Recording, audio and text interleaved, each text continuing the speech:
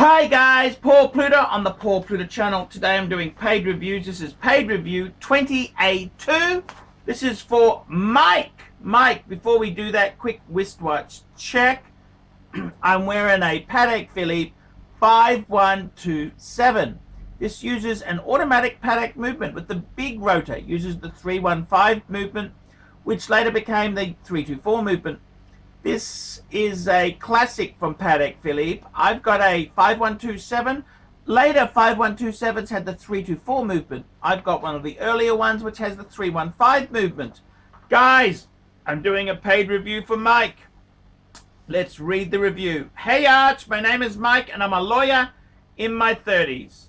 And you don't do shit for free, so I've sent you $150 US. For you to do $150 US to your PayPal account for a collection review and your thoughts on my next piece. My collection consists of number one, Vacheron Constantine Histories 1942 triple calendar. Number two, Rolex Submariner 116610. That's the ceramic. Number three, Rolex Datejust 41 fluted bezel on Jubilee with silver dial. Number four, ArchieLuxury Master Ultra Thin Date. Number five, Omega Speedmaster Professional Man on the fucking moon Sapphire Sandwich. And number six, an IWC Portuguese chronograph. I wear a suit and tie to the office most days, so either the Vacheron, the Datejust, or the JLC is on my wrist. The Sub Portuguese and the Speedy are reserved for casual Fridays and weekends. Let me know your thoughts on my next piece. An obvious hole in the collection is a GMT, and I'll definitely pick up a BLNR or a BLRO. That's a Batman, Batgirl, or a Pepsi. Eventually to remedy that, but I'm currently looking to get a dress watch with a precious metal case. I am considering number one, the Patek Philippe 5227R, number two, Vacheron Patrimony 40mm in pink gold, or number three, the FP Jaune chronometer Sovereign in rose gold. Let me know your thoughts on these pieces and if there's anything else you think of I should be looking at. Keep well and stay coronavirus free. And he sent me a couple of pics there. Okie dokie. So this is a young man. He's in his 30s. He's got a decent collection. Let me tell you that. This is decent. It's a very nice collection there. What I like about it is he's got some Rolex. Every man needs Rolex. Rolex is so important because it's a waterproof watch that can go anywhere. You need that in your collection. Every man needs a bit of Rolex. And he's got a number of very beautiful pieces, which I think he should be incredibly proud of to have hit that tree at such a young age. And well done indeed, sir. You have a beautiful collection. Let me have a... I just love it, man. This is a... Wow. Absolutely beautiful. I love this collection. So let me just have a quick look here. I just got the photo on my lap because even though you've mentioned it, I like to see it visually. Men are visual. That's why we like strip clubs and hookers. Okay, so let's have a look here. What do I think? I'm getting a really good feeling for your collection. Firstly, let's discuss this. I honestly would have to say you've got pieces that I really am drawn to. I really love your IWC Portuguese. That's just got the most beautiful Art Deco numerals on that. That is class and style. I love the white dial. That's one of my favorite chronographs. And then speaking of chronographs, we've got the Omega Speedmaster Sapphire Sandwich. Beautiful. That is just so cool. If you want something that's not obnoxious but respected by watchmakers. You know, I've got a good friend of mine, Descartes. He's a very successful partner in a big firm in Boston. And I got to tell you, when he got his first watch after graduating from Cornell University, he got a Rolex GMT. Okay, he got a GMT. Then, when he made partner, he got an Omega Speed. He actually got the Sapphire Sandwich. He got a sandwich. Yep, I don't know what it is with lawyers and the Sapphire Sandwich. So that's a great watch. The other watch I really do like is the Jaeger-LeCoultre Master Control Ultra Thin. Now that is just elegance. That's fine watchmaking as it is there. That's just a beautiful piece. Absolutely under the radar. I mean, it's a gorgeous piece. Now, the other thing I really do love is the two Rolexes. You've got not just two pissy Rolexes, two heavy hitters. We've got a Rolex Datejust 41, nice size. It's the New World Order. I love the Jubilee. I love the fluted bezel. The fluted, that's the white gold bezel. Beautiful, beautiful bezel. And you got a Submariner dates, 1166610. I mean, that's a great two-piece Rolex collection in itself there. And I gotta say, man, all your bases are nicely covered there.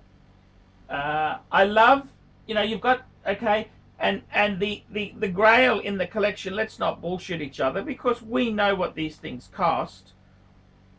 For a guy in his 30s to have a Vacheron Constantine Histories 1942 triple calendar, fuck!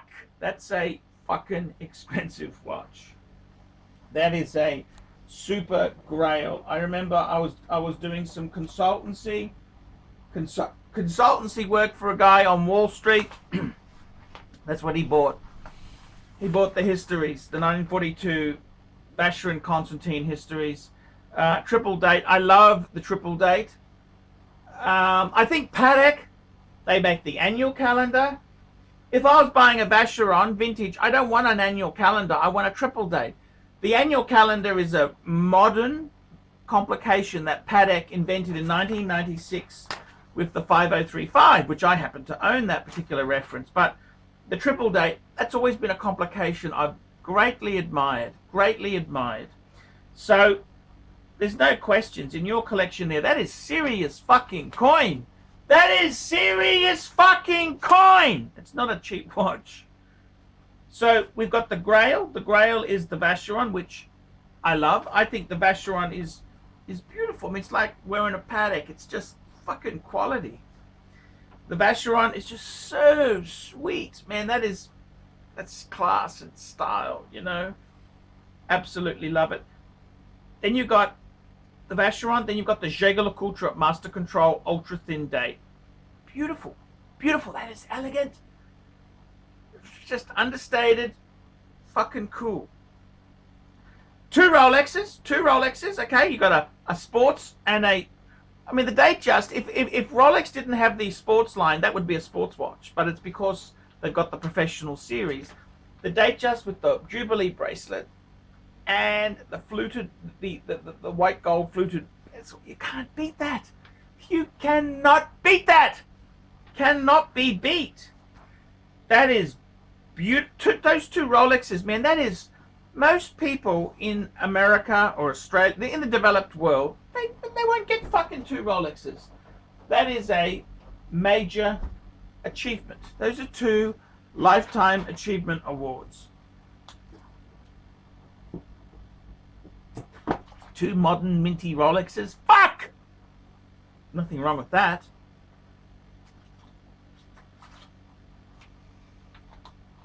And then we haven't even spoken about the two chronographs.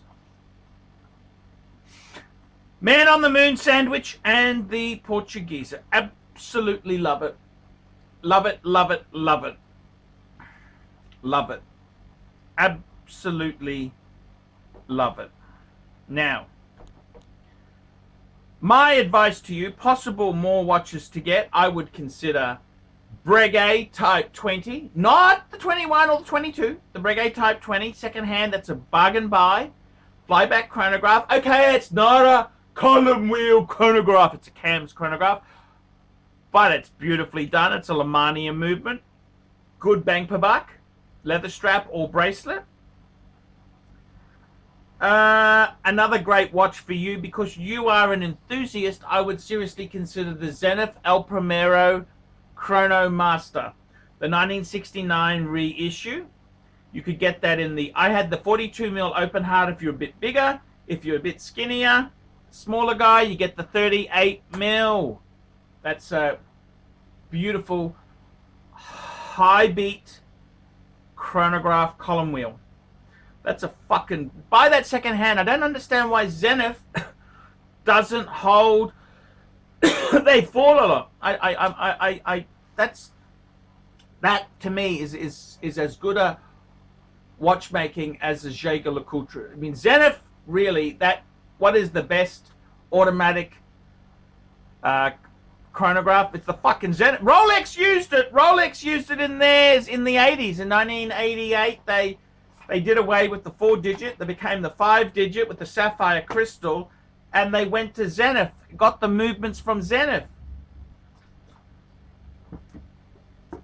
You tell me. So that's some other pieces I would add there. I would also possibly say to you, you could possibly add a GMT, ceramic GMT. You could add one of those, or an Explorer 2. It's up to you. This is just okay. Now we want to get to the really top-notch stuff. Look, I'm not gonna fucking bullshit you or piss in your pocket. I'm just gonna tell you the truth. You're looking at a Patek 5227R, you're looking at a Vacheron Patrimony 40mm, or you're looking at an FP Journe. Okay, you know what I would do? The FP Journe, that's a great brand, great watch. I think FP Journe himself, he's actually a bit of a prick, okay? So he's a bit funny. And I think you buy, I actually like FP Journe, but I wouldn't buy one until I've got a few Patek Philippe's first. Okay? You got to get Patek. You got to get Patek. Okay, so that does away with the FP Journe question. Then with the Vacheron Patrimony 44mm in pink gold. Great watch. Vacheron's a great brand. You've already got a Vacheron. You've got the most beautiful. My favorite Vacherons are the Toledo and the Histories 1942 triple date, and also the Histories 1920. What is it? 1921. The car watch, the drive. That's fucking beautiful. So I would say, look, I would seriously get Patek. Seriously, get Patek, okay? Please. Patek is the Rolls Royce of the industry. It's no brainer. If you're in that league, get the fucking Patek, okay? And I say this honestly to you, okay? Nothing else compares. Now, the 5227, I've got sort of the predecessor, the 5127, which they say the next, this was 5127, they say the next model was the 5227, but I don't think it was. Because they added a hinge back. I don't hate the hinged back, but I tell you what I would do. Seriously, I would buy they only just dropped the 5296. I would buy a Patek Philippe 5296. They only dropped it in 2019 at Baselworld. I would buy, I recently just sold one. Why did I sell one if I'm recommending it? Well, hang on. The only reason I sold it was because I had the 5127, which is quite similar to the 5296, and I was buying the 6006. Okay? So that's what I would do. I would, in my opinion, get a Patek. And I would say to you, if you don't get the 5296, there's nothing wrong with the 5227, but it's fucking expensive, okay, for the hinged back. I don't know whether I'd want to do that. I'd highly recommend the 5196. 5196. I happen to have a 5196. I think the size is beautiful. It is what all dress watches are judged by. You can buy one of those. You can buy that second hand. I paid 13.5 US from a private seller. He came to me. Actually, I'm paying him off. I owe him about 3,500 as we speak. I'm paying him off, but that watch, you can get them for about, they've come down a little bit with coronavirus, of course. Prices have fallen a bit. You should be able to get one 13.5 like I did, maybe 13. I've got yellow gold. Okay, yellow gold is traditionally, in Patek, yellow gold is traditionally 10% cheaper than white gold or rose gold. Okay, it's up to you. You work out what you like. But that's what I'd do. I'd get a 5196 or a 5296. The 5227, great watch, but I don't know if I'd put that much money in. I would, if I was going to spend that sort of money, I'd probably get a 5146, which is the annual calendar. But I got to be honest with you, with your genre there, you've got, as a grail complication, you've already got the Vacheron triple date. Isn't it nice to have a really high-end brand, simple dress watch? So I go Patek, please, just go Patek. Don't overthink it. Get the Patek, and it's cool to have Patek. Now, I would probably say to you, I got to be totally honest with you, Mike, and I love you. I'd probably add 2 Pateks, okay? I'd get your 5196 or a 5296, or, you know, and then I would add another one down the track. Yes, I would. Okay, Patek is, they're amazing. I think once you've got 2 Pateks, then you can add an FP Journe. And I gotta be honest with you, I seriously would say to you, I think in your collection there, you got a nice number of some quality pieces. I don't know if I would go for 2 Vacherons. I would get it. See, the problem is you get a Vacheron and you could have got a Patek, and it's nice to have a Patek and a Vacheron. Vacheron is a high. I love the brand Vacheron. Amazing stuff. I think you've got one of the best. That triple date just pops. I remember reading about that on Houdinki years ago. I thought, just pops. But I reckon if you've got a triple, if you've got a, you got the Vacheron already, get a Patek Philippe. Get a Patek. And man, you got to get it. I don't think there's anything wrong with the Vacheron you bought, but I wouldn't buy a second one. I'd say to you, get a Patek. Get a second Patek. Get an Explorer or a GMT, and maybe then get an FP Journe. Yeah, that's kind of how I feel on it there. I like Journe. Journe makes some amazing stuff. I'm starting to come to Journe, but get a Patek. Patek is the Rolls Royce. Okay, you got to get the Patek. So that's my advice there. Okay, I really do think, I can't stress it enough. Get the Patek Philippe. I would go 5296, 5196. That's what I would do. Okay. Nothing wrong with the 5227, but it's big jump. I don't think the tinge back is worth $10,000. Okay, that's what it's costing essentially. There was some couple year. I just had a client who I did a review for him. A doctor. He's a doctor in Australia, and he just bought a 5153. That's the officer's watch. It wasn't. It was the same money that I sold my 5296 for on the pre-owned market. If you like the officer's hinged back, get a 5153. I think that suits the hinged back more. That's my opinion. So yeah, that's really how I would swing it. So there we go. That's my advice there. I've given him more because he donated so kindly, and it's a topic I love. I love these watches. I love Pateks, and nice genre. It's a great collection. We just want to tweak it a bit. There's nothing I would sell. I wouldn't sell anything. Don't ever sell any of your watches. Just add to them. Okay, guys, like, subscribe, and tell your friends, fuckwit and otherwise. Don't be afraid to put some nasty comments below, because we can't always afford these sort of brands. And guys, if you haven't done a paid review, I depend on this to survive. This is survive. I need this to survive. So if you can do a paid review, I'd appreciate it.